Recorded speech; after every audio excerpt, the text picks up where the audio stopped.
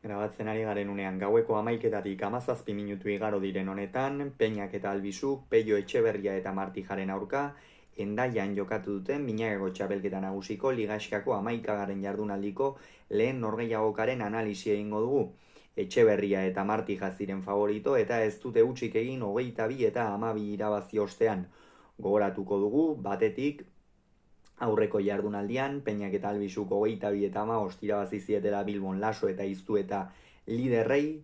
aldiz Pello Etxeberriak eta Martijak galdu egin zuten Elordi eta Zabaletaren aurka Mungian 22 eta 18ko emaitzarekin. Honen bestez, bibikoteak gaurko partida honetara oso dinamika ezberdinetan iritsi dira,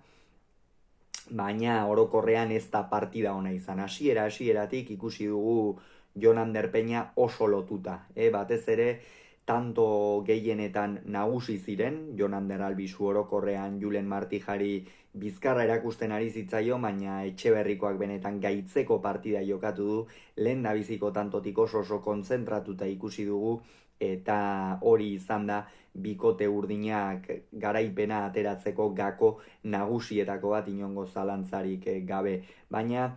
tanto horiek lantzerakoan eta asko landu behar izan dituzte,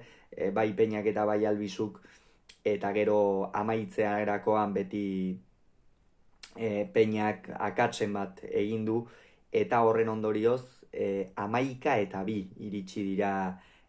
aurretik. Etxeberria eta Martija esan krisi egoera handia zen une horretan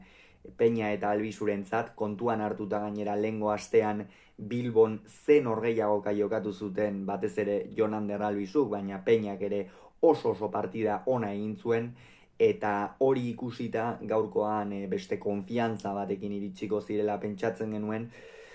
baina ikusi dugu naiz eta nagusitu Etxeberria eta Martija badakigu, defentsa oso sendoko bikotea da, naiz eta txapelketa honetan behar bada ez duten orokorrean partidetan hori erakutsi, baina berez oso defensa handiko bikotea da, eta hortxe egon da gakoa. Pello kikeragarri ongi defenditu du, Martijak ere pilota zai asko, eta gero Peña oso galtzaile ibilia, oso galtzaile. 12 eta 6 iritsi dira, egia da gero apur bat txukundu dutela markagailua, batez ere Jon Ander Albizu pilota gehiago ezker orman, eta behar bada naiz eta bizkarra erakutsi,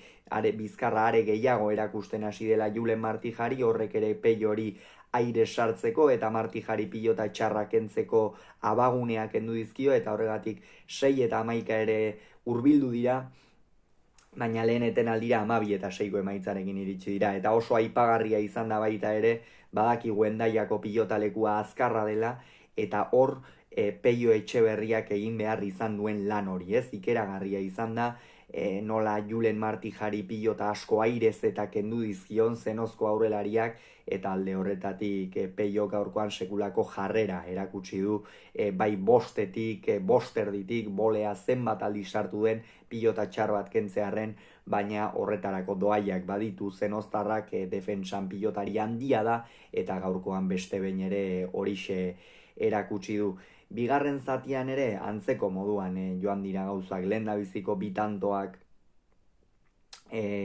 urdinentzat izan dira, berriz ere ez dute itzulera ona izan Peñak eta Albizuk aldageletatik, baina gerora pixkanaka hurbiltzen hasi dira, 11 eta 16 ere hurbildu dira, hor bost tantura, hor Jon Ander Albizuk dominatzen jarraitu du atzean, orokorrean